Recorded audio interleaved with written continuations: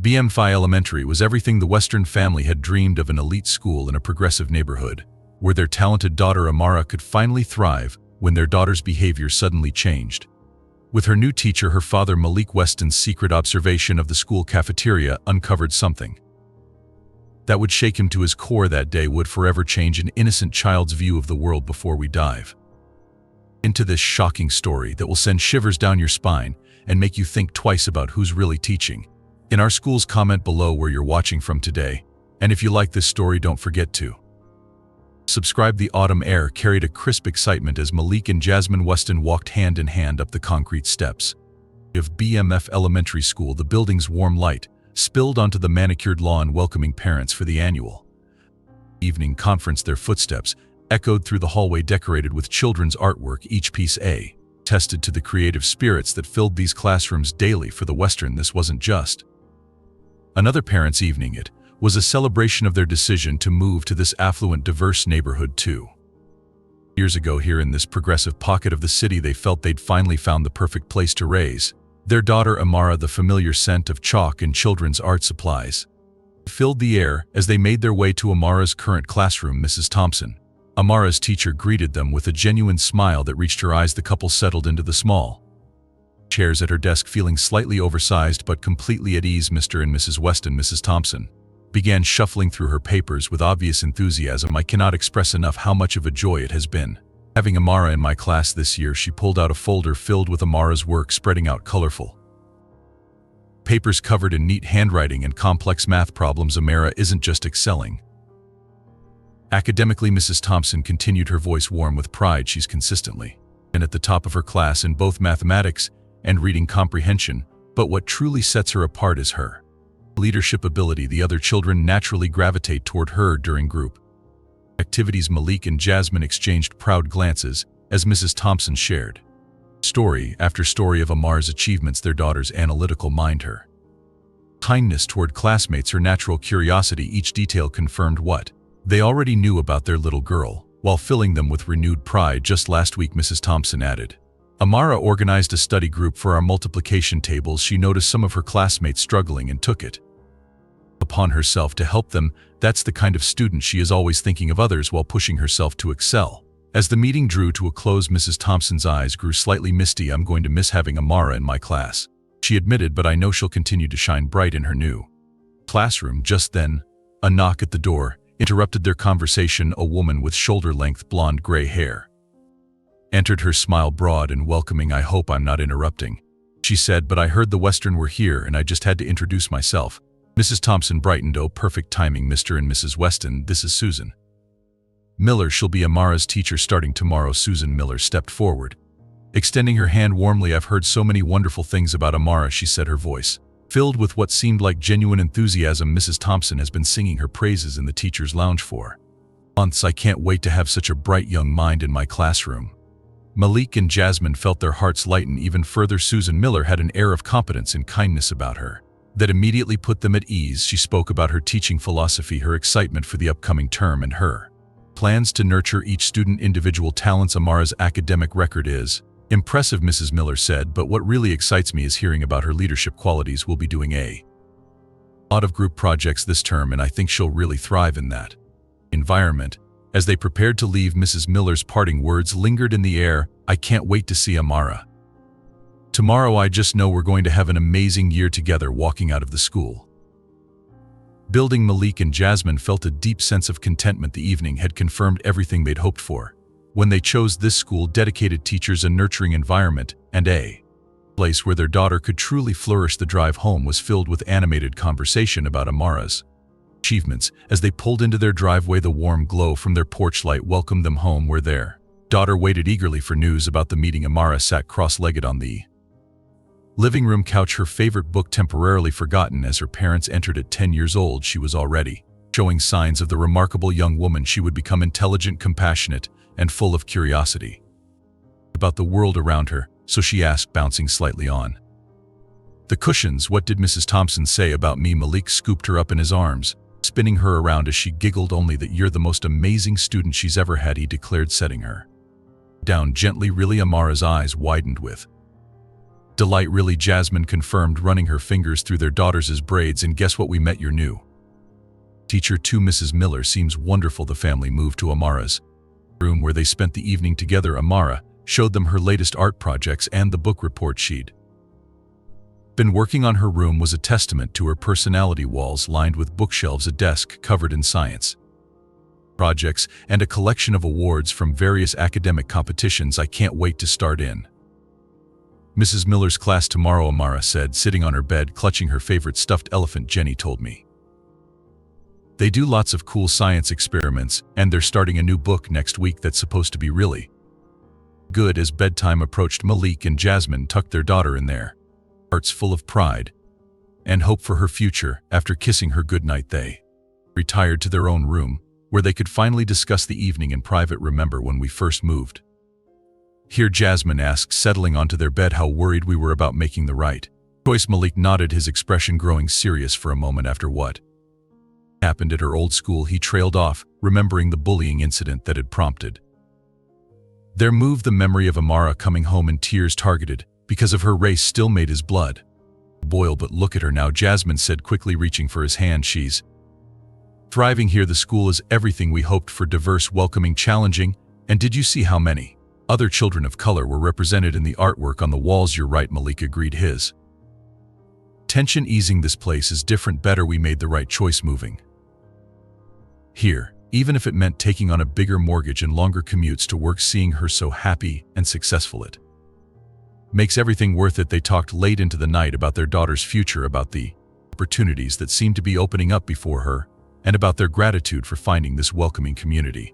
Neither of them could have imagined that their sense of security was about to be shattered in the most horrifying way possible. Monday morning arrived with the kind of golden sunshine that seemed to promise good things ahead. Amara was up early, her school uniform pressed and perfect, her backpack packed and ready by the door she practically bounced through breakfast, barely able to contain her excitement about starting in Mrs. Miller's class. Did you remember to pack your homework folder? Jasmine asked, though she already knew the answer. Amara was nothing if not organized. Yes, Mom, Amara replied, patting her backpack and my math workbook for study group and the permission slip for the science museum trip next week. Malik watched his daughter her from over his coffee cup, his heart swelling with pride. She was so ready for this new challenge, so eager to learn and grow. It amazed him sometimes how much of a perfect blend she was of both him and Jasmine, his analytical mind combined with her mother's artistic soul. The familiar rumble of the approaching school bus drew them all to the front door. Amara hugged both her parents tightly, her backpack already secured over her shoulders.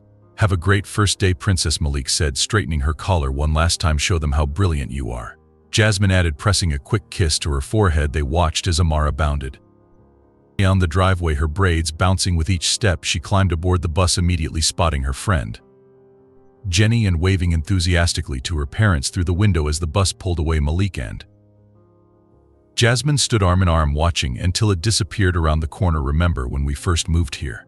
Malik asked, leading Jasmine back inside. How nervous we were about everything. Jasmine nodded, settling onto their porch swing. They'd both taken the day off work, wanting to be fully present for Amara's first day in her new class. It was such a leap of faith, she replied, leaving our old neighborhood, taking on the bigger mortgage. But look at us now, Malik said, his voice filled with satisfaction. In a safe neighborhood with good schools where Amara can just be herself without worrying about. He trailed off, not wanting to revisit the painful memories of their old neighborhood without worrying about the things we had to worry about growing up. Jasmine finished for him. She squeezed his hand, understanding the unspoken words they'd both faced, their share of discrimination and prejudice in their lives. But here in this progressive, diverse community, they finally felt like they could breathe easier. The morning stretched out before them, peaceful and promising. They spent it doing small projects around the house and talking about their hopes for Amara's future. Neither of them could have imagined that in just a few hours their world would be turned upside down and their faith in their chosen community would be shattered in the most horrifying way possible. The afternoon sun cast long shadows across the Western's backyard as Malik fired up the grill. He decided to make Amara's favorite grilled chicken with honey glaze to celebrate her first day in the new class. Jasmine lounged nearby in a garden chair, working on her laptop, but mostly enjoying the warm weather and peaceful atmosphere. What time does the bus usually get here? Malik asked, checking his watch. Any minute now, Jasmine replied. Closing her laptop, you know how precise Mrs. Rodriguez is with her route. Sure enough, they soon heard the familiar sound of the school bus stopping at the corner of their street. They could hear children's voices and laughter floating on the breeze, the normal sounds of another school day. Ending, Jasmine sat up straight, her in her chair, setting aside her work completely. There comes our little princess, she called out cheerfully as Amara's figure appeared at the end of the driveway. Tell us how your day was, honey. But something was wrong. Instead of running to the backyard as she usually did, bursting with stories about her day, Amara walked straight past the garden gate. Her head was down, her shoulders hunched, a posture so unlike their normally confident daughter that both parents felt an immediate stab of concern. The sound of the front door closing, followed by Amara's footsteps heading directly to her room, broke the stunned silence that had fallen over the backyard. Malik and Asin exchanged worried glances. That's not like her at all, Malik said, already moving to turn off the grill. Maybe she's just overwhelmed, Jasmine suggested, but her voice carried a note of uncertainty. First days can be stressful, even for kids who are usually confident. They stood in the garden for a few moments, both trying to convince themselves that this was normal behavior for a child adjusting to a new situation, but deep down they knew better. This wasn't their Amara, their bright, talkative, enthusiastic daughter, who normally couldn't wait to share every detail of her day. Should we check on her, Malik asked, though it was clear from his tone that he'd already decided to do so. Litun, give her a few minutes, Jasmine advised, placing a gentle hand on his arm. If something did happen, she might need some time to process it first. But as they waited in the garden, trying to carry on with their original plans while stealing worried glances at Amara's window, both parents felt an increasing sense of unease. Something had changed their daughter during her first day in Mrs. Miller's class, and neither of them could shake the feeling that it was something serious. After what felt like an eternity, but was probably only about 15 minutes, Malik and Jasmine couldn't wait any longer. They made their way to Amara's room, their footsteps heavy with concern. Malik knocked gently on the door. Amara, Princess, can we come in? There was a moment of silence, then a quiet okay. They entered to find Amara lying on her bed, facing away from the door, clutching her favorite stuffed elephant, something she hadn't done since she was much younger. The sight made their hearts ache. Their daughter only reverted to seeking comfort from her old toys when something was seriously wrong. Jasmine sat carefully on the edge of the bed while Malik pulled up Amara's desk chair. Sweetheart, Jasmine began gently, did something happen at school today? Amara's shoulders tensed visibly, but she didn't turn around. It was just stressful, she mumbled into her pillow. Malik leaned forward, his elbows on his knees. What kind of stress, Princess? You can tell us anything you know that, right? Finally, Amara rolled over to face them, and they could see the tear tracks on her cheeks. The sight made Malik's stomach clench. Their daughter wasn't one to cry easily. She was usually the one comforting other kids when they were upset.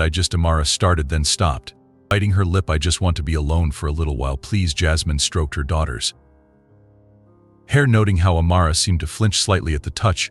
Are you sure you don't want to talk about it? Sometimes sharing what's bothering us can make it feel better. But Amara just shook her head, turning away again. Not right now, maybe later. Malik and Jasmine shared a concerned look. This wasn't like their daughter at all. Amara had always been open with them, sharing everything from playground disputes to academic challenges. This withdrawal, this reluctance to communicate, it was completely out of character.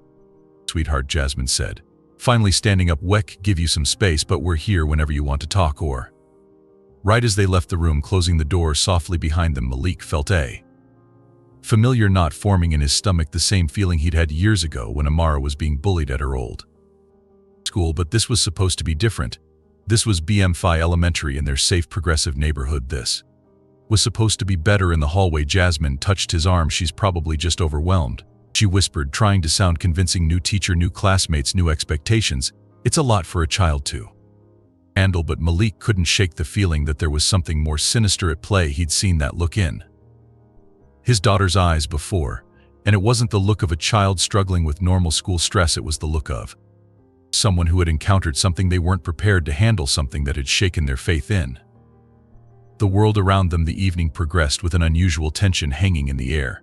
Malik had finished grilling the chicken, though his earlier enthusiasm for the celebratory meal had dampened considerably. Jasmine set the table, trying to maintain a sense of normalcy despite their growing concerns. To their surprise, just as they were about to call her, Amara emerged from her room and made her way to the dinner table. She sat down quietly, her eyes fixed on her plate, none of her usual chatter about wanting to help set the table or serve the food. Are you feeling a bit better, Princess? Malik asked, trying to keep his tone light as he served her a piece of the honey-glazed chicken, usually her favorite. Amara nodded vaguely but didn't Elaborate. As they began eating, both parents noticed something unusual about their daughter's behavior. She was eating with an intensity they'd never seen before, almost as if she hadn't eaten all day. The chicken disappeared from her plate at an alarming rate, and she immediately reached for seconds then. Thirds. Wow, you must have worked up quite an appetite today, Malik said, trying to inject some humor into the situation. You're eating like you're starving, kiddo. But instead of smiling at her father's gentle teasing as she normally would, Amara just continued eating mechanically, her face expressionless. Her fork moved from plate to mouth with an almost robotic regularity, her eyes never leaving her food. Jasmine attempted to spark conversation, asking about her new CL classroom, her desk placement, her new classmates, all the usual first day topics that would normally have Amara chattering excitedly, but each question was met with one-word answers or vague mumbles. Did you get to do any fun activities with Mrs. Miller today? Jasmine tried. Again, at the mention of Mrs. Miller's name, Amara's fork clattered against her plate. For a brief moment, her composure cracked, and both parents caught a glimpse of something that looked like fear in her daughter's eyes. But before either could comment, she had gathered herself again. May I be excused? Amara asked quietly, her plate clean for the third time. I'm really tired. Of course, sweetheart, Jasmine responded, exchanging another worried glance with Malik. Do you want me to come tuck you in? No thank you, Amara replied, already pushing back her chair. I can do it myself. They watched as their daughter walked away, her shoulders still hunched, her usual bouncing step replaced by a slower, more hesitant gait. As soon as they heard her bedroom door close, Malik turned to Jasmine.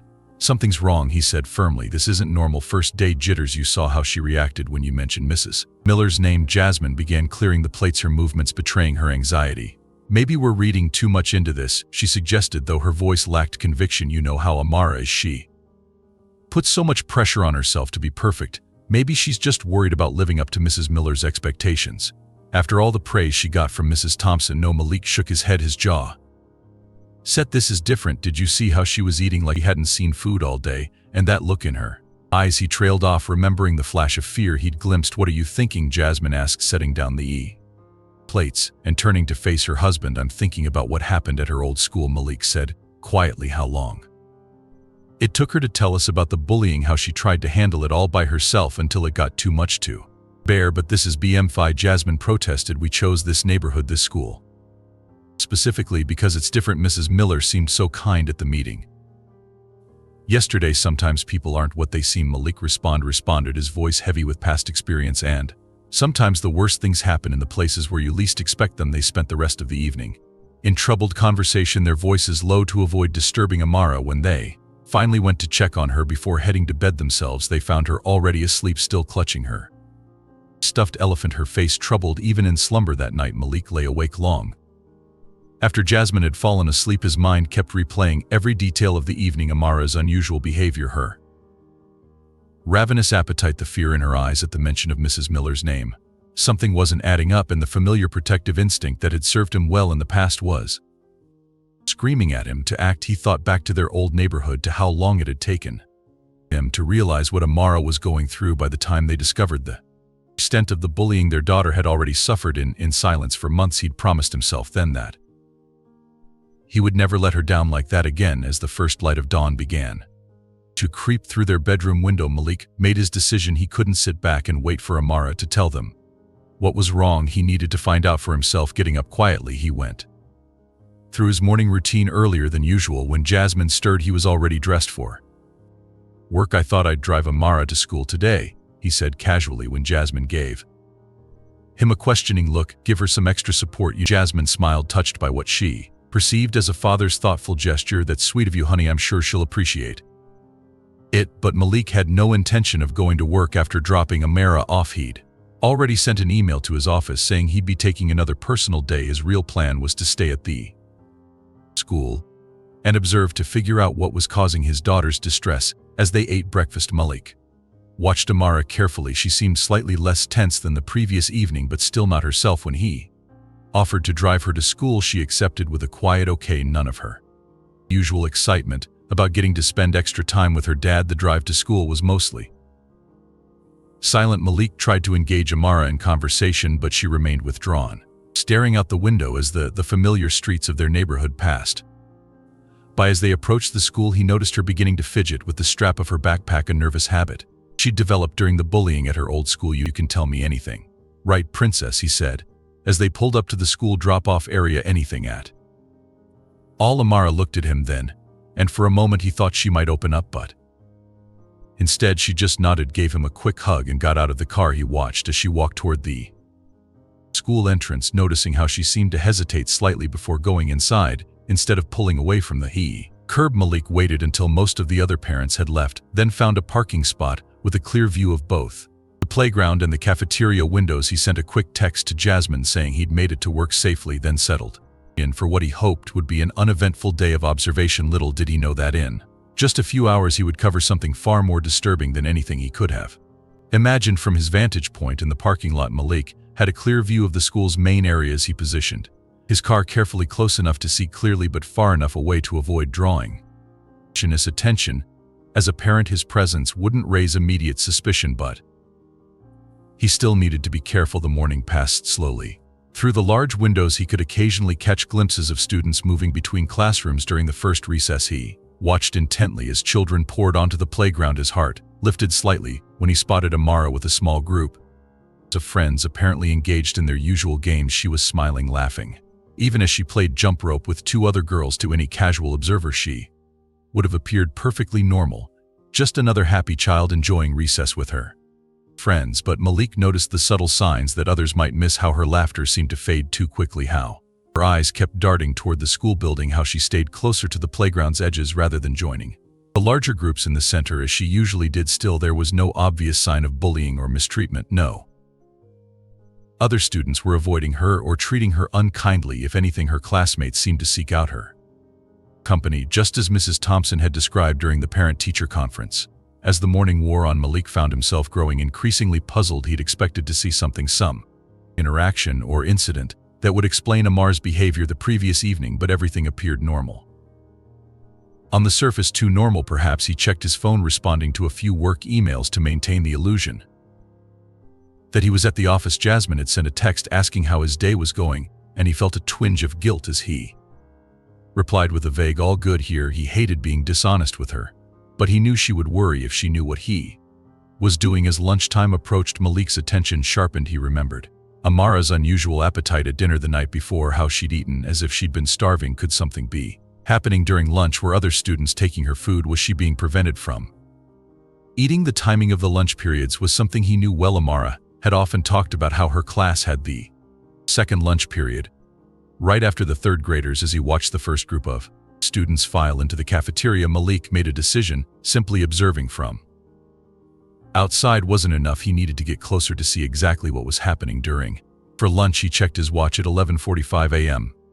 Amara's lunch period would begin in 15 minutes. Taking a deep breath, he stepped out of his car, straightened his tie, and walked toward the school building. As Malik approached the school's main entrance, he forced himself to appear casual, nodding to a passing teacher who recognized him from the previous evening's parent conference. The familiar scent of school cafeteria food wafted through the hallways, a mix of warming bread rolls and something that was probably supposed to be spaghetti sauce. He made his way toward the cafeteria, his footsteps echoing in the nearly empty hallway. The first lunch period was just ending, and he could hear the chaos of children clearing their trays and lining up to return to class. He waited around the corner, not wanting to draw attention to himself, until Amara's class arrived for the second lunch period. As he waited, his mind raced through possibilities. Maybe some kids were stealing her lunch money, or perhaps she was being pressured to give away her food, but none of these scenarios seemed to fit with what he knew about BMF Elementary, or with Amar's apparent interaction with her classmates during recess. The sound of approaching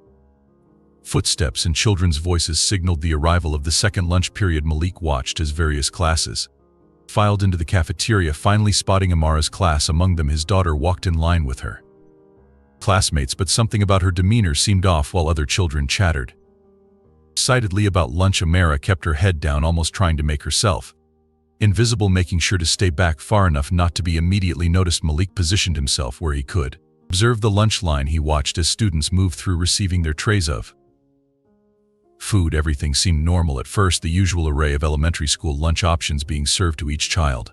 Then Amara reached the front of the line. What happened next made Malik's blood run cold. Instead of receiving the same lunch as her classmates, he watched as Mrs. Miller herself appeared seemingly from nowhere and stepped behind the Serving counter, she spoke quietly to the lunch staff, who looked confused but stepped aside then with what appeared to be a smile that didn't reach her eyes. She personally served something onto Amara's tray, something that looked nothing like what the other children were receiving. Just as mysteriously as she had appeared, Mrs. Miller vanished again, leaving the regular cafeteria staff to resume their duties. Malik frowned, his unease growing. Why would a teacher suddenly appear just to serve food to one specific student, and why his daughter? Unable to contain himself any longer, Malik moved closer to the cafeteria entrance. From his new vantage point, he could see Amara sitting alone at a table near the back of the room. The sight of his usually sociable daughter in isolation was concerning enough, but what he saw on her lunch tray made his stomach. Music lurched. There in the center of the tray was what appeared to be a fried frog, not a French fried potato, not a chicken nugget, but an actual frog. Its legs sped out grotesquely on the plastic tray. Malik felt his hands begin to shake. With a mixture of rage and disbelief, he watched as his daughter sat there, head bowed, not touching the revolting meal before her. Around her, other students ate their normal lunches, plates of spaghetti, salads, and sandwiches. The contrast was stark and deliberate. Unable to stand by any longer, Malik stormed into the cafeteria. Amara, he called out, his voice trembling slightly with controlled anger. His daughter's head snapped up at the sound of his voice. For a moment she looked terrified, not of him but of being discovered in this situation. Then, as recognition set in her face crumpled, she jumped up from her seat and ran to him, wrapping her arms around his waist and burying her face in his shirt. Malik could feel her small body trembling as he held her. Baby, what's going on here? He asked, though he already had a sickening suspicion. Who gave you this food? Amara's voice was barely a whisper, muffled against his shirt. Mrs. Miller, she said, her voice catching. She said, this is what our kind eats. The words hit Malik like a physical blow. He looked again at the grotesque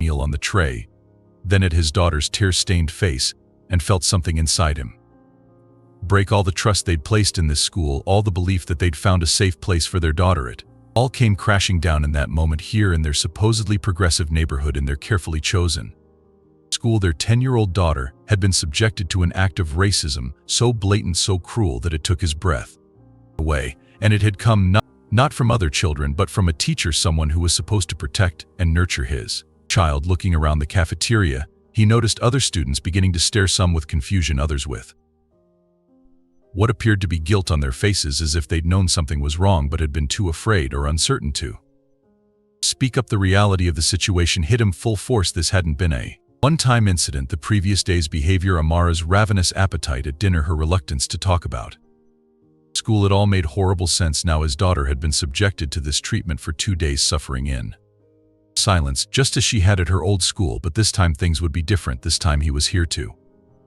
witness it firsthand, and he would make sure there were consequences. With hands shaking from barely controlled rage, Malik pulled out his phone. He could feel Amara still clutching his waist, her small frame trembling against him. The cafeteria had grown eerily quiet, the normal lunch hour chaos replaced by whispers and stares. Dialing 911, Malik kept one arm protectively around his daughter. When the operator answered, he fought to keep his voice steady. I need to report a hate crime at BM5 Elementary School, he said, his voice carrying in the quiet cafeteria. A teacher is deliberately serving my black daughter inedible food and making racist comments. I need officers here immediately. The operator's voice was professional and calm. Officers are being dispatched to your location, sir. Please stay where you are. They should arrive within minutes. After ending the call, Malik knelt down to Amara's level, looking into her eyes. Princess, I need you to come with me, okay? We're going to wait in the car until the police arrive. Amara nodded, wiping tears from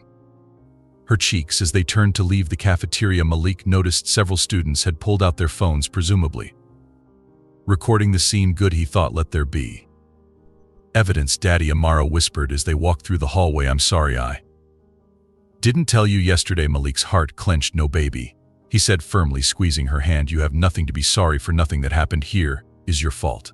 Nothing. As they reached his car in the parking lot, Malik helped Amara into the passenger seat. He could see she was still shaking, so he grabbed the emergency blanket from his trunk and wrapped it around her shoulders. Stay here, princess, he said, making sure she was secure. I need to go back inside and talk to some people, but I promise I'll be where you can see me through the windows the whole time. Okay, Amara nodded, clutching the blanket around herself. Are they going to make Mrs. Miller leave? She asked in a small voice. Yes, Malik answered firmly. She's Never going to hurt you or any other child again, I promise. As he closed the car door, Malik took a deep breath, steeling himself for what was to come. The rage he'd been containing threatened to boil over, but he knew he needed to stay in control. For Amara's sake, he had to handle this the right way. With determined steps, Malik strode back into the school building. The hallways were eerily quiet now, with most students still in the cafeteria or their classrooms. He made his way directly to the principal's office, where he found the secretary already on the phone,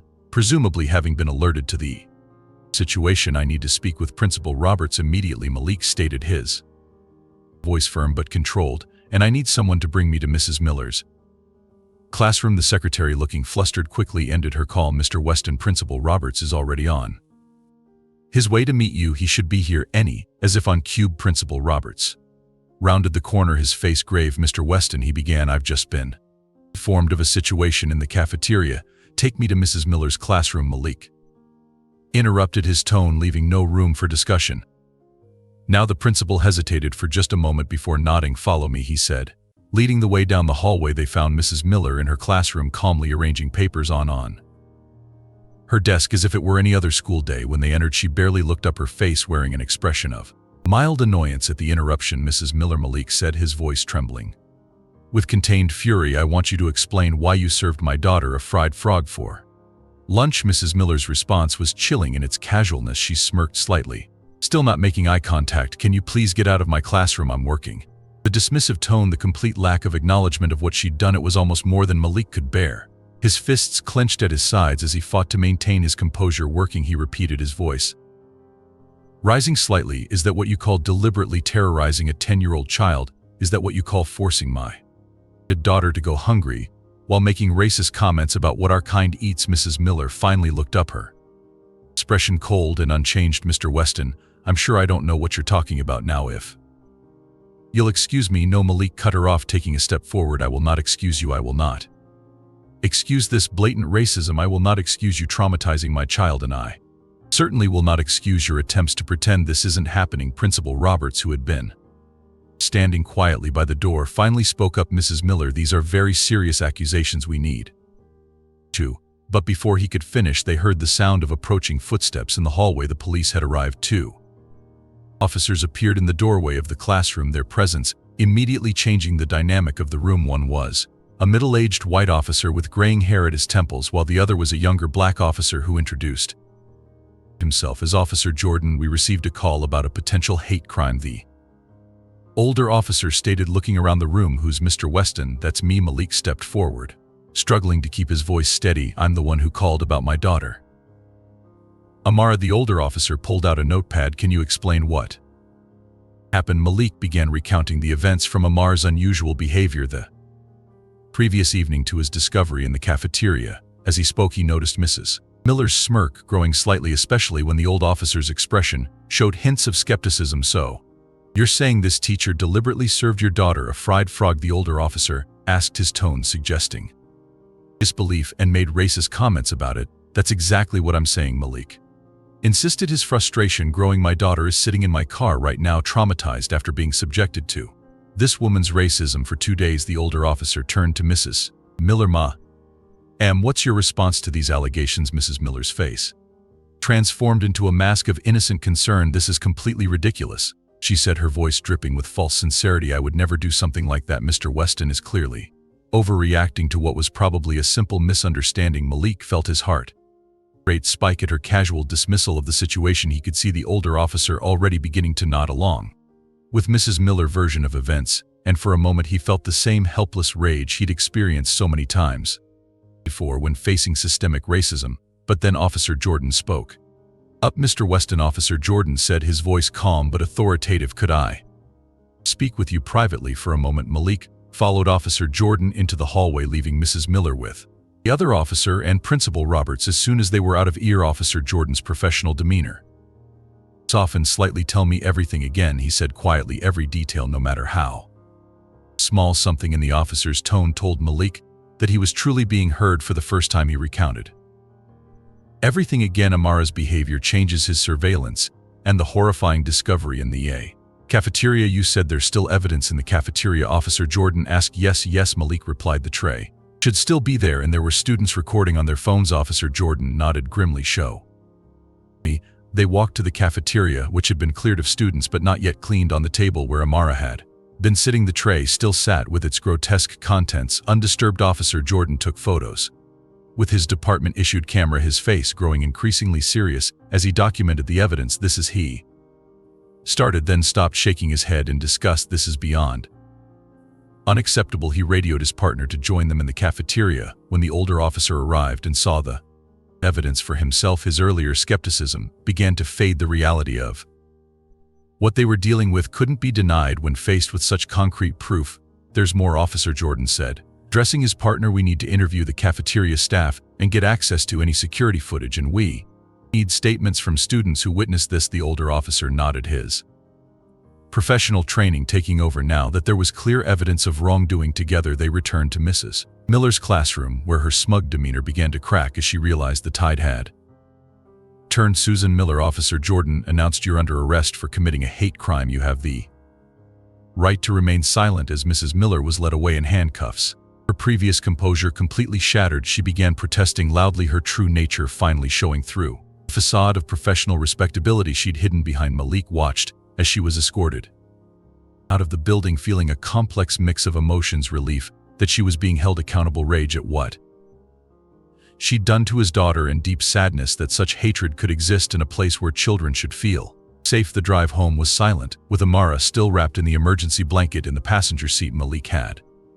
called Jasmine from the school, and she was already waiting in the driveway when they arrived, her face etched with worry and anger. As soon as Amara saw her mother, she ran into her arms, finally letting out all the tears she'd been holding back. Jasmine held her tightly, looking over their daughter's head at Malik with question in her eyes. Once inside, they sat together in the living room as Malik explained everything: his surveillance, the discovery, and Mrs. Miller's arrest. With each detail, Jasmine's expression shifted between horror, anger, and profound sadness. Why didn't you tell us yesterday, baby? Jasmine asked, gently stroking Amar's hair. I thought maybe I deserved it, Amara whispered, causing both parents' hearts to break. Mrs. Miller said, that's what people like us eat, and I thought maybe I was being too sensitive, like the old school. No, princess, Malik said firmly, kneeling in front of his daughter. You never deserved this. What Mrs. Miller did was wrong, completely, totally wrong, and it says nothing about you and everything about her. Jasmine pulled Amara closer. You are perfect, exactly as you are, she said, her voice thick with emotion, and you never have to accept anyone treating you like you're less than the amazing person you are. Malik felt a deep guilt weighing on him. I'm sorry we didn't realize sooner, he said. I'm sorry you had to go through this at all. Later that night, after Amara had finally fallen asleep, Malik and Jasmine sat in their kitchen, cups of untouched coffee growing cold between them. The events of the day felt surreal, like a nightmare they couldn't quite shake off. I can't believe this happened here, Jasmine said, her voice hollow. We thought we'd found somewhere safe, somewhere better. Malik reached across the table to take her hand. We did what we thought was best, he said softly. We couldn't have known, but that's just it, isn't it? Jasmine replied, tears forming in her eyes. We can never really know. We can move to the best neighborhood, choose the best school, do everything right, and still have to face the reality that racism can exist anywhere. Malik finished, even in places that claim to be progressive and inclusive. They sat in silence for a moment, both lost in their thoughts. Finally, Jasmine spoke again, her voice stronger. What do we do now? We fight, Malik said firmly. We make sure Mrs. Miller faces consequences for what she did. We make sure the school implements real changes to prevent this from happening to any other child, and most importantly, we help Amara heal from this. And we stay, Jasmine added. We don't let them drive us away. We show Amara that we can face this together, that we don't have to run. Malik nodded, squeezing her hand. We show her that she's stronger than their hatred, and that she'll always have us in her corner. As they sat there in their kitchen, holding hands across the table, they knew that the road ahead wouldn't be easy. There would be legal battles, difficult conversations, and the long process of helping their daughter rebuild her sense of security and self-worth. But they also knew that they would face it together as a family. They would turn this horrible experience into a lesson about standing up for what's right, about not letting hatred win, and about the importance of speaking out against injustice. Most importantly, they would make sure Amara knew that she was loved, valued, and worthy of respect, not despite who she was, but because of who she was. And they would continue to fight for a world where no child would have to face what she had faced, where the promise of safety and equality wasn't just a facade hiding deeper prejudices.